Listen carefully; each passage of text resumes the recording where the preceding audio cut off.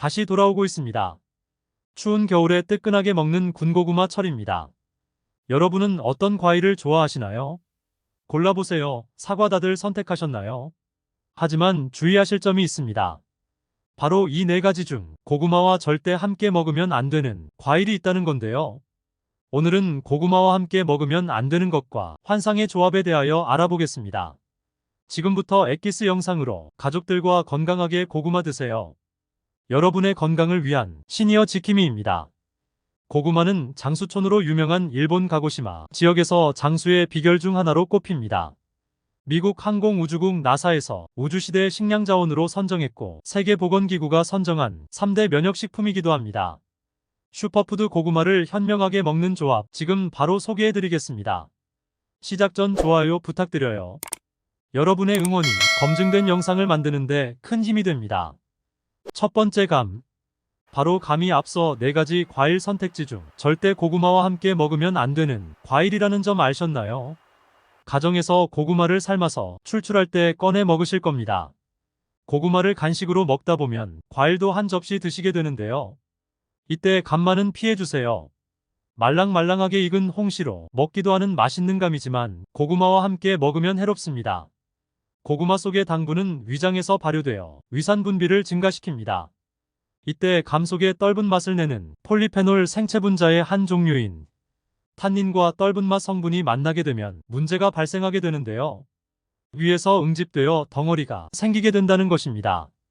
이 덩어리가 많아져서 심각한 경우 위장출혈 혹은 위궤양이 발생할 수 있습니다. 고구마 감은 적어도 5시간의 시간차를 두고 있어야 위장에 무리가 가지 않습니다. 둘째, 소고기 좋은 음식 궁합이란 성질이 비슷한 것끼리 섭취하는 것인데요. 고구마와 소고기는 정반대의 성질을 지니고 있습니다. 고구마는 차가운 성질이며 소고기는 따뜻한 성분입니다. 양쪽은 각 소화에 필요한 산의 농도가 다릅니다. 만약 함께 먹게 된다면 소화작용이 서로 맞지 않아 위에서 체류하는 시간이 매우 길어집니다. 즉 위에 부담을 주고 소화와 흡수 기능을 방해하게 됩니다. 이때 문제가 발생하는데요. 위에서 체류하는 시간이 길어지면 복통이나 설사, 소화불량까지 일으킬 수 있다고 합니다. 혹시 밥 대신 고구마를 즐겨 드시는 분이 있다면 소고기만은 따끈한 밥과 드시기를 권유드립니다. 셋째, 땅콩 노릇노릇. 구운 땅콩은 식탁 위에 한 자리 차지하고 있을 때가 많은데요. 땅콩은 당뇨병과 암 예방을 도와주는 항산화 성분이 풍부합니다. 올레산, 파라쿠마르산, 레스베라트롤 등 우리 몸에서 항산화제를 작용하는 식물성 화합물이 다량 들어있습니다. 이 땅콩의 고소함은 바로 탄수화물로부터 나옵니다. 땅콩과 고구마를 같이 드시면 안 됩니다. 한의학 관점에서 고구마와 땅콩은 정반대 성질을 지니고 있다고 봅니다. 땅콩 역시 탄수화물 함유량이 높은데요. 이 둘을 같이 먹으면 비만의 위험성이 증가한다고 합니다. 그렇다면 고구마와 먹기 좋은 음식은 무엇일까요? 당근과 고구마는 항암 효과가 높은 대표적인 암 예방 뿌리채소입니다. 일반적으로 식재료의 색이 진할수록 영양 성분이 풍부한데요. 고구마와 당근의 선명한 색감은 베타카로틴 때문입니다. 베타카로틴은 위암과 폐암을 완화시키는 데 도움을 주고 색이 진할수록 그 효과가 더 크다고 합니다. 이 성분이 몸으로 흡수되면 비타민 A로 바뀌며 간을 정화하고 몸 안의 독소를 제거해 암을 예방합니다. 베타카로틴은 세포 노화 유발 물질을 제때 소멸시켜 노화 방지에도 효과가 있습니다. 효과적으로 섭취하고 싶으시다면 먹는 것이 좋습니다. 당근에 들어있는 지용성, 비타민 A는 기름에 볶아서 섭취하면 흡수율을 더 높일 수 있기 때문인데요. 오늘 저녁엔 천연 항암제인 당근과 고구마를 볶아 드시는 건 어떨까요? 김치와 동치미 역시 잘 익은 노릇한 고구마엔 김치를 먼저 먹어야 제맛이지요. 고구마와 김치의 조합은 맛뿐만 아니라 건강도 지키는다고 하는데요. 비타민 무기질, 아미노산과 유산균 등 유기산이 풍부합니다. 영양 만점인 김치에도 한 가지 피할 수 없는 단점이 있습니다. 바로 나트륨 함량이 높다는 겁니다. 다행히 고구마는 김치의 나트륨을 잡아줍니다.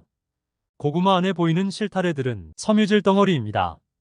이 섬유질과 칼륨이 김치 속 나트륨을 밖으로 원활히 배출해주는 역할을 합니다. 성인병 예방에도 효과적이라고 합니다. 고혈압이 걱정되시는 분들도 부담없이 즐길 수 있는 고구마와 김치의 조합입니다. 또한 갈증을 시원하게 내려주는 동치미 역시 추천합니다. 시원한 국물이 일품인 동치미는 고구마의 2% 아쉬운 맛을 살뜰히 잡아줍니다. 김장김치와 마찬가지로 무기질 비타민 유기산 등이 풍부합니다.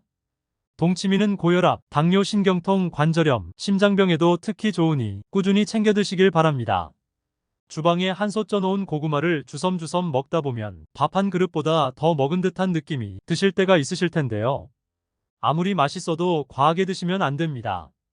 고구마를 과다 섭취할 경우 아미노산 성분이 장에서 이상 반응을 일으킵니다. 이로 인해 우리는 속이 더부룩한 느낌이 들 수 있습니다. 이럴 땐 사과를 드셔보는 걸 권장드립니다. 새콤달콤한 사과 속에 식이섬유인 펙틴이 많이 있는데 우리는 식이섬유를 단일한 물질로 생각하기 쉽지만 식이섬유는 여러 가지 종류가 있습니다.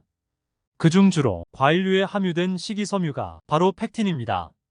이 펙틴은 장내 수분 흡수, 장내 압력의 정상화 및 유해물질 희석 및 부피 팽창에 의한 장애, 연동운동을 촉진시켜줍니다. 이러한 정장작용으로 속을 달래주며 소화에 도움을 줍니다. 귤은 항산화 효과가 뛰어난 비타민C가 풍부하게 함유되어 있습니다. 비타민C는 체내 면역력을 효과적으로 높여줘 감기 예방에도 좋습니다. 귤 속에도 앞서 언급했듯이 사과와 마찬가지로 식이섬유인 펙틴이 풍부합니다. 펙틴은 장 속의 나쁜 유산균을 배출시키고 콜레스테롤 수치를 효과적으로 낮추는데 이는 당뇨 고혈압 예방에 도움을 줍니다. 우유 다이어트 식단에 기본적으로 들어가는 식품이 밥 대신 고구마라고 해도 과언이 아닙니다. 다량의 탄수화물을 함유하고 있는 고구마는 과다 섭취 시 탄수화물 중독에 걸리기 쉽기 때문에 주의해야 합니다. 우유는 단백질과 칼슘이 풍부하여 탄수화물 위주인 고구마의 단점을 보완해준답니다. 우유에 있는 칼슘이 뼈와 골격은 근육과 치아를 튼튼하게 성장시키도록 도와줍니다. 인과 베타크리토키사틴이 들어있어 관절염에도 효과적입니다. 우유와 고구마를 함께 섭취하면 뼈와 관절 건강을 동시에 챙길 수 있습니다. 어르신들 간식으로도 좋고 집으로 놀러온 손주들을 위해 건강 간식으로 내어드리면 어떨까요? 신진대사와 에너지를 향상시키는데 도움이 되는데요. 고혈압과 뇌졸중 발병 위험을 감소시키며 골다공증과 신장 결석을 예방합니다. 또한 칼륨은 고혈압의 원인이 되는 나트륨 배출을 도와줄 뿐 아니라 샐러드와 함께 곁들이면 변비 예방 효과도 있습니다. 단백질이 부족한 고구마는 야채, 과일 및 단백질, 음식과 함께 섭취하면 영양 균형이 맞습니다. 또한 고구마는 4시간에서 5시간 정도 체내에 걸쳐 흡수되므로 하루 중 점심때 드시는 것이 가장 부담없이 즐길 수 있습니다. 오늘은 고구마 먹으면 안 되는 3가지와 함께 먹으면 좋은 6가지 식품에 대해 알아보았습니다. 한국인이라면 고구마와 김치, 꿀 조합은 누구나 공감하실 겁니다. 그동안 맛있게 먹었는데 몸에도 좋은 방법이었다는 것을 알게 되었습니다. 알고 먹으면 더 맛있고 더 큰 효과를 얻을 수 있는 음식입니다. 오늘 배운 꿀팁을 가족에게도 꼭 알려주세요. 이왕 먹는 거 우리 몸에 좋은 걸로 골라 먹는 게 좋겠죠. 모두 건강하게 고구마 드시길 바랍니다. 감사합니다.